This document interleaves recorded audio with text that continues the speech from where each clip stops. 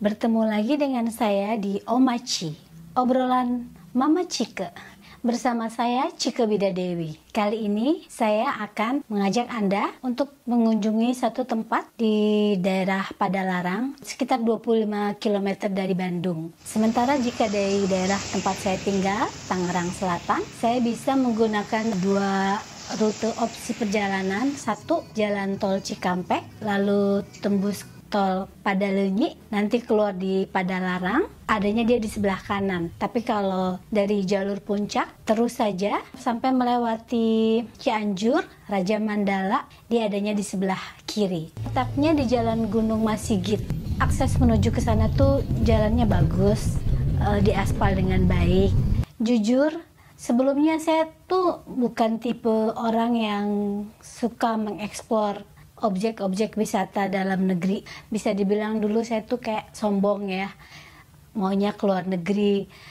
Kalau pergi ke objek-objek wisata di Indonesia tuh rata-rata dikelola tidak profesional, sampah di mana-mana, orang tidak mau antri.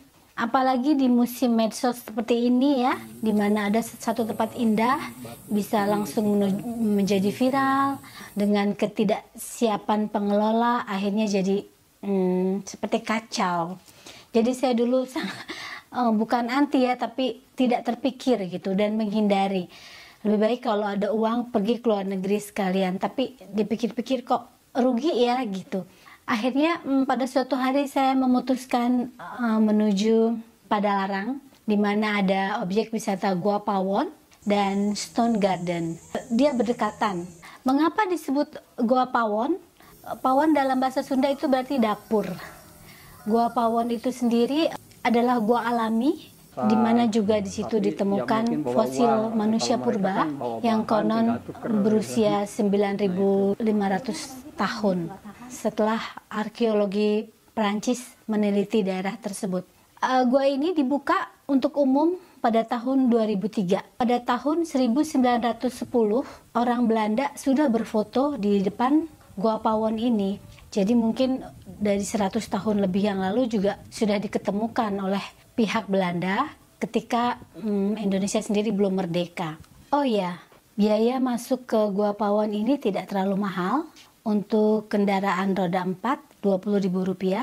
Untuk dewasa, Rp5.000. Tidak ada salahnya jika Anda ingin menyewa jasa seorang pemandu atau tour guide, karena mereka nanti yang akan menunjukkan ada apa saja di dalam Gua Pawon. Pengalaman saya sendiri waktu itu ke sana diawali dengan naik tangga yang cukup tinggi. Tangga itu sendiri sebetulnya dibuat mengikuti struktur keadaan alam sekitar. Tangga itu dibuat dari bahan material batu-batu di sekitar sana, jadi tidak mirip buatan. Terlihat sekali seperti seaslinya begitu, padahal itu tangga buatan. Masuk ke dalam Gua Pawon sendiri langsung tercium bau air seni kelelawar.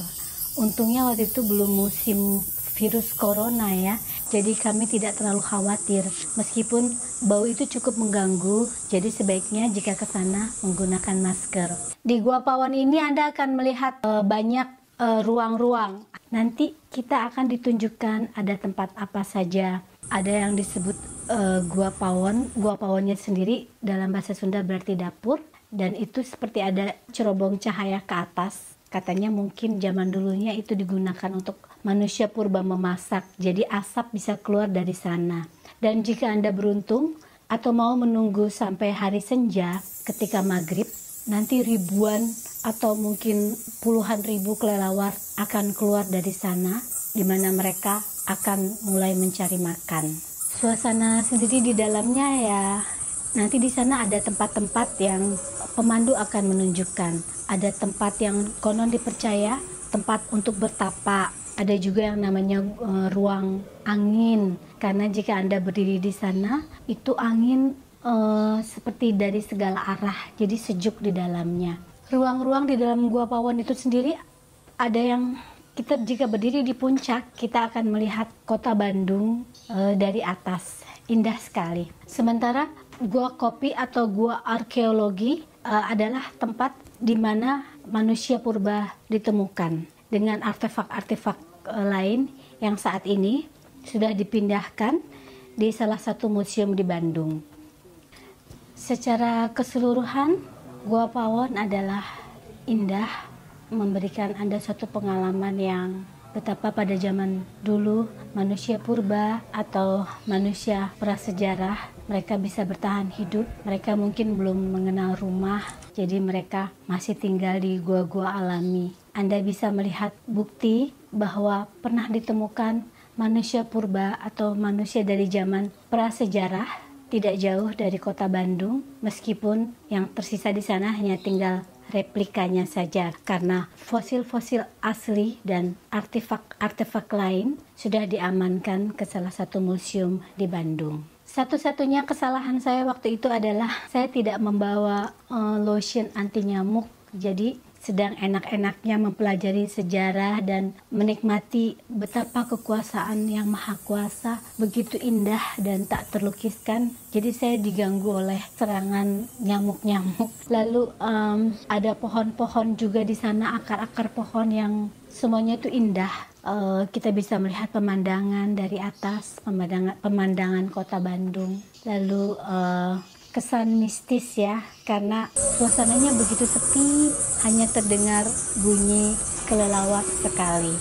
Di dalamnya juga ada stalaktit yang tentu terbentuk dalam proses yang pasti ribuan tahun.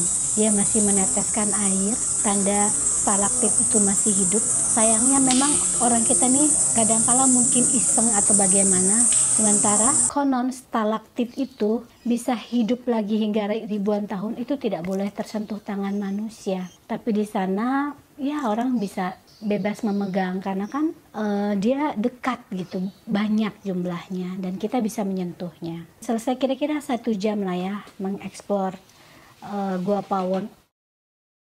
Masih ada satu objek wisata lagi yang tidak kalah indah, letaknya di belakang bukit. Kami bisa memakai mobil tetapi memutar, dan waktu itu karena kami tidak tahu dan kebetulan si tour guide-nya juga menyarankan kami bisa mendaki bukit itu, jaraknya tidak jauh, maksudnya tingginya hanya sekitar 50 atau 60 meter. Kami lihat dari bawah itu seperti dekat ya, seperti oke lah, we can do it gitu, kita bisa melakukannya. Mulailah kami mulai mendaki bukit itu. Saya tidak sadar bahwa nanti itu suatu perjalanan 30 menit yang luar biasa menambah pengalaman saya. Karena ternyata mendaki sebuah bukit itu tidak mudah, terutama dengan ransel kami yang berat, kamera, baju ganti. Waktu itu saya pikir di Stone Garden saya akan ganti baju, ganti sepatu, saya akan berfoto karena kan pemandangan di sana yang saya lihat, saya googling itu instagramable sekali. Tapi perjuangan menuju ke sana melewati bukit itu tidak mudah. 2 kali kami mengalami jalan buntu. Jalannya kan bercabang gini. Kami pikir kami bisa lewat yang mana saja. Ternyata salah satu jalan kami telusuri dan tiba-tiba itu buntu begitu saja, dihalangi oleh pohon-pohon semak belukar yang tidak mungkin kami tembus tanpa membawa benda tajam. Lalu dengan pakaian saya waktu itu yang bukan untuk pakaian mendaki, saya mengalami yang namanya baret-baret, kena semak belukar, perih, dan tentu saja serangan nyamuk lagi-lagi. Keringat, kelelahan, kami harus berpegangan tangan kan, susah gitu. Saya tidak menyangka bahwa mendaki sebuah bukit itu akan membuat terengah-engah, haus, dan jika kami salah memegang kami bisa jatuh. Akhirnya setelah 30 menit mendaki, saya mulai melihat dari kejauhan ada suatu gubuk, itu seperti gubuk petani, juga tanaman palawija mulai terhampar. Saya lihat sekitar 1 hektar itu kebun kunyit, pohon kunyit. Pemandangan dari sana tuh cukup indah ya. Makanya kalau naik bukit itu seperti dekat, tapi kalau sudah dijalani ternyata nggak sampai-sampai. Akhirnya kami tiba di area Stone Garden. Tiket masuk itu juga tidak terlalu mahal, per orang sekitar Rp8.000. Untuk foto pemotretan prewedding itu sekitar Rp350.000. Untuk syuting 1 hari penuh katanya Rp1 juta. Kami masuk Stone Garden, itu batu glamping, batuan kapur, limestone, itu memang indah, tidak rugi ke sana. Pemandangannya, saya speechless. Yang paling berkesan buat saya adalah namanya Batu Lima. Jadi batunya ada 5, cantik sekali. Juga di sana ada yang namanya Batu Gerbang, karena mirip seperti gerbang. Ketika kita memasuki area Stone Garden itu ada yang seperti gerbang, makanya dinamakan Batu Gerbang. Secara keseluruhan itu seperti batu-batu yang kita lihat di koral di dasar laut, seperti terumbu karang. That's why mungkin jutaan tahun yang lalu orang menyebut itu Danau Purba, cikal bakal terbentuknya tanah Sunda. Konon itu dari 25 juta tahun yang lalu, 30 juta tahun yang lalu. Setelah puas mengelilingi Stone Garden, itu sangat indah.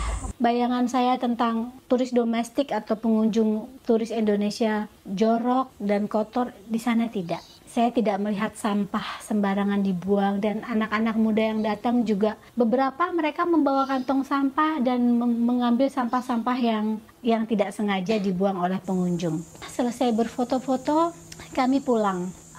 Seharusnya kami bisa naik ojek untuk kembali ke daerah Gua Pawon, di mana mobil kami parkir di sana. 2 orang kawan saya memutuskan naik ojek karena mungkin dia pengalaman waktu naiknya kan nyamuk dan segala macam.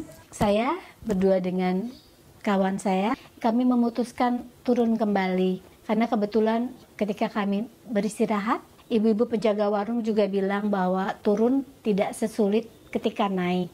Beliau bilang hanya 15 menit, 10 menit. Oh ya, warung-warung di daerah Stone Garden sangat tidak mahal. Buat saya harganya masuk akal. Karena 1 butir kelapa hijau itu hanya 10.000. Air minum mineral hanya Rp5.000. Kerupuk yang enak-enak dan renyah hanya Rp2.000. Semuanya serba murah. Jadi nggak selalu warung-warung di sekitar objek wisata itu mengetuk harga seenaknya untuk pengunjung, itu tidak. Karena kami tidak mengalaminya ketika di Stone Garden. Akhirnya kami turun, waktu itu 5:30 ya, hampir maghrib. Disinilah kejadian buat saya itu sedikit mistis yang saya alami. Ketika saya melewati kebun kunyit itu, pohon-pohon kunyit, seperti galon, air mineral galon yang besar, itu seperti menggelundung, dung dung dung dung dung gitu. Seperti lalu ada bunyi suara gamelan seperti orang pesta gitu, seperti ada orang pesta. Sementara di sana nggak tahu ya, saya tidak lihat kampung. Saya sudah mendengar, saya belum tahu saat itu kawan saya mendengar atau tidak, yang pasti saya sudah mendengar. Kami berjalan 5 menit, suara itu mendekat lagi. Kalau dipikir-pikir itu menggelundung-gelundungnya itu seperti menggelundung di ubin. Sementara kan itu jalanan bukit, curam, banyak pohon, batu-batu. Di mana ada batu, jarang ada lahan kosong yang untuk bisa benda semisal galon kosong bisa menggelundung. Lalu saya bilang kan ke teman saya tapi nggak banyak bicara, dia selalu silent gitu, selalu diam. Begitupun ketika awal kami nanjak, ketika kami nyasar 2 kali, itu kawan saya tidak banyak bicara, cuma bilang, oh nyasar, ayo kita lewat lagi cari jalan yang lain gitu.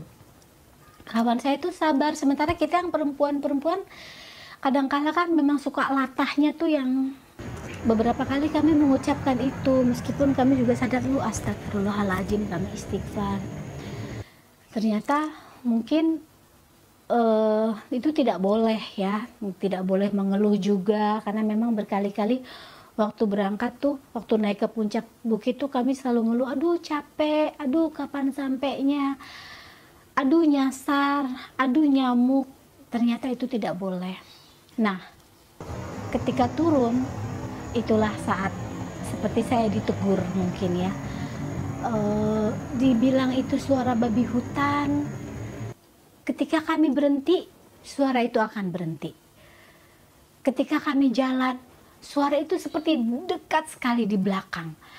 Ada satu ketika yang saya tidak sanggup lagi, saya lari loncat, hampir jatuh, saya mendahului kawan teman saya itu. Dan dia cukup jantan, dia cukup berani dengan udah tenang, kita hadapin. Beliau udah siap dengan ransel, kalau itu babi hutan kami siap mukul gitu. Tapi ketika kami tunggu 1-2 menit dengan istighfar, akhirnya entahlah itu suara apa, yang pasti sampai kami turun 10 menit itu tidak ada lagi. Itu kejadian yang ketika saya turun baru kawan saya jelaskan, memang sebaiknya kalau naik ke suatu gunung atau bukit itu kita tidak boleh banyak mengeluh dan harus bicara sopan. Seperti itu. Oke, itu pengalaman saya untuk Gua Pawon dan Stone Garden. Apa yang bisa saya bilang tentang kedua tempat itu? Saya tidak bisa bilang hal lain kecuali itu sangat indah, sangat bernilai untuk dikunjungi, tidak terlalu mahal dan membanggakan. Kalau di Gua Pawon kita belajar tentang arkeologis, kalau di Stone Garden kita belajar tentang geologis.